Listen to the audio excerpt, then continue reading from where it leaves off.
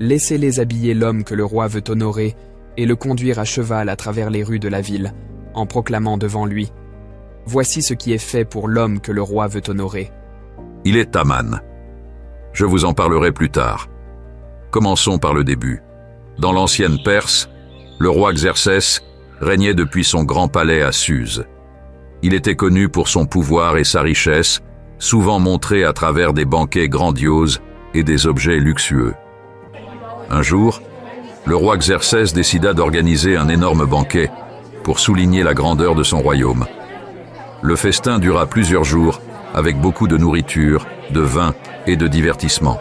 Le dernier jour du banquet, le roi Xerxès demanda à sa reine Vashti de venir devant lui et ses invités, portant sa couronne royale pour montrer sa beauté. Cependant, elle refusa. Cela rendit le roi Xerxès très en colère. Après avoir consulté ses conseillers, il décida de bannir la reine Vashti et de chercher une nouvelle reine pour la remplacer. Un décret fut envoyé, invitant de jeunes femmes au palais pour être considérées comme nouvelle reine. Parmi elles se trouvait Esther, une orpheline juive gentille et belle élevée par son cousin Mardoché. Esther trouva grâce aux yeux d'Hégaï, l'homme en charge. Hégaï, l'eunuque du roi responsable du harem, donna à Esther les meilleurs cosmétiques et aliments. Il lui assigna également 7 servantes du palais pour la servir. Esther garda secrète son héritage juif, comme Mardoché le lui avait dit. Chaque jeune femme passait par une année de soins de beauté avant de rencontrer le roi. Lorsque ce fut le tour d'Esther, elle ne demanda rien d'autre que ce qu'Hégaï recommandait. Cela montra son humilité et sa sagesse. Quand le roi Xerxès vit Esther, il fut émerveillé par sa beauté et la choisit pour être sa reine, ne sachant pas qu'elle était juive.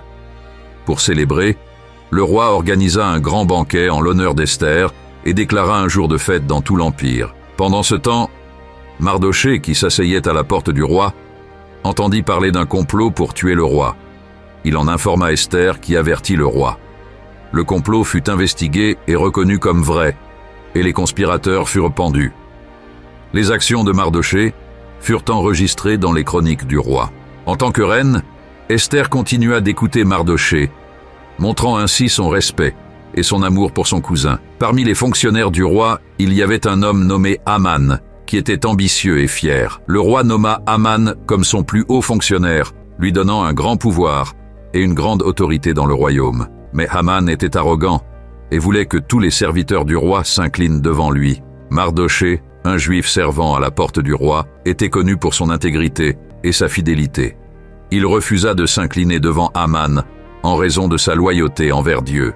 Cela rendit Haman très en colère et il décida de se venger non seulement de Mardoché, mais de tout le peuple juif dans l'Empire. Haman alla voir le roi Xerxès avec son plan maléfique. Il dit au roi: « Il y a des gens dispersés dans tout ton royaume qui suivent des coutumes différentes et n'obéissent que pas à tes lois.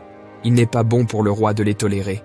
Si cela plaît au roi, qu'un décret soit émis pour les détruire. » Le roi, ignorant qui étaient ces gens, accepta le plan de Haman. Des lettres furent envoyées dans tout l'Empire, ordonnant la destruction de tous les Juifs à un jour spécifique choisi par tirage au sort, ou Pourim. La nouvelle se répandit rapidement, causant peur et désespoir parmi le peuple juif. Mardoché déchira ses vêtements en signe de deuil et cria dans la ville. La communauté juive jeûna et pleura, cherchant la miséricorde et la délivrance de Dieu. Le plan d'Haman semblait fonctionner, mais il ignorait que Dieu travaillait déjà dans les coulisses. Son plan serait bientôt stoppé par le courage et la foi d'une femme, la reine Esther, qui était devenue reine de Perse pour un tel moment. Quand Esther entendit parler de la détresse de Mardoché, elle lui envoya des vêtements pour remplacer ses habits déchirés. Mais Mardoché refusa les nouveaux vêtements. Il envoya un message à Esther, la pressant d'aller voir le roi et de plaider pour leur peuple. Il dit: « Ne pense pas que tu échapperas parce que tu es dans le palais du roi. Si tu restes silencieuse, l'aide pour les Juifs viendra d'un autre endroit, mais toi et ta famille périrez. Qui sait, peut-être es-tu devenue reine pour ce moment précis. » Esther avait peur. Elle savait qu'il était risqué d'approcher le roi sans y être appelée, mais les paroles de Mardoché la motivèrent. Elle décida d'agir et dit: « Rassemble tous les Juifs de Suse et jeûnez pour moi. Ne mangez ni ne buvez pendant 3 jours, ni la nuit ni le jour. Mes servantes et moi jeûnerons également. Après cela, j'irai voir le roi, même si c'est contre la loi. Si je dois périr, je périrai. Le 3e jour, Esther s'habilla de ses robes royales et se rendit dans la cour intérieure du palais. Le roi était assis sur son trône royal, faisant face à l'entrée. Quand il vit la reine Esther debout dans la cour, il fut ravi. Il tendit son sceptre en or vers elle. Esther s'approcha et toucha le bout du sceptre. Le roi demanda alors: « Qu'y a-t-il, reine Esther? Quelle est ta requête? Même si c'est jusqu'à la moitié du royaume, elle sera accordée. » Si cela plaît au roi, que le roi et Haman viennent aujourd'hui au banquet que j'ai préparé. Amenez Haman rapidement pour que nous fassions ce qu'Esther demande. Ainsi le roi et Haman allèrent au banquet qu'Esther avait préparé. En buvant du vin, le roi demanda encore une fois: « Maintenant, quelle est ta requête? Elle sera accordée, même jusqu'à la moitié du royaume. » Esther répondit: « Si le roi me favorise et s'il lui plaît d'accorder ma requête, que le roi et Haman viennent à un autre banquet que je préparerai demain. Alors je répondrai à la question du roi. » Haman quitta le banquet heureux et de bonne humeur.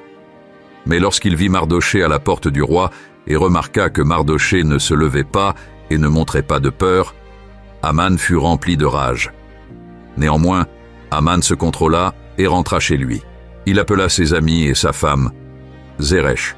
Il se vanta de ses grandes richesses, de ses nombreux fils et de tous les honneurs que le roi lui avait accordés. Et ce n'est pas tout. Je suis la seule personne que la reine Esther a invitée au banquet avec le roi. Elle m'a encore invité, moi, avec le roi, pour demain. Mais tout cela ne signifie rien pour moi tant que je verrai Mardochée le Juif assis à la porte du roi. Tant que je vois ce Juif, Mardochée assis à la porte du roi, je ne peux pas être heureux, dit Haman. Sa femme Zeresh et tous ses amis lui suggérèrent: installe une potence haute de 50 coudées et demande au roi, demain matin, de faire empaler Mardochée dessus. Ensuite, va au banquet avec le roi et divertis-toi.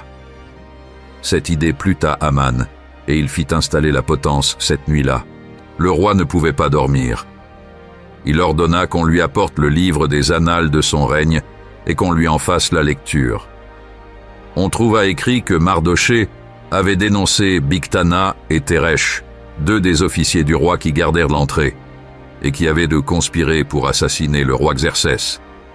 Le roi demanda: « Quel honneur et quelle reconnaissance Mardochée a-t-il reçu pour cela ?»« Rien n'a été fait pour lui, » répondirent les serviteurs. Le roi demanda: « Qui est dans la cour ?» À ce moment-là, Haman était entré dans la cour extérieure du palais pour parler au roi de l'empalement de Mardochée sur la potence qu'il avait installée. Les serviteurs répondirent: « Haman est debout dans la cour. »« Faites-le entrer, » ordonna le roi. Lorsque Haman entra, le roi lui demanda: « Que devrait-on faire pour l'homme que le roi souhaite honorer ?» Haman pensa en lui-même: « Qui d'autre le roi voudrait-il honorer, si ce n'est moi ?» Il répondit au roi: « Pour l'homme que le roi souhaite honorer, apportez une robe royale que le roi a portée et un cheval que le roi a monté, avec une crête royale sur sa tête. Donnez la robe et le cheval à l'un des princes nobles du roi. Qu'il habille l'homme que le roi souhaite honorer et qu'il le conduise à cheval dans les rues de la ville, annonçant: « Voilà ce qui est fait pour l'homme que le roi souhaite honorer. » Le roi commanda à Haman: « Va immédiatement. Prends la robe et le cheval et fais exactement comme tu as dit pour Mardochée le Juif, qui est assis à la porte du roi. Ne laisse rien de côté de ce que tu as mentionné. » Alors Haman prit la robe et le cheval. Il habilla Mardochée et le conduisit à cheval dans la ville, annonçant: « Voilà ce qui est fait pour l'homme que le roi souhaite honorer. » Après cela, Mardochée retourna à la porte du roi, mais Haman se dépêcha de rentrer chez lui, la tête couverte de chagrin. Il raconta à sa femme Zeresh et à tous ses amis tout ce qui lui était arrivé.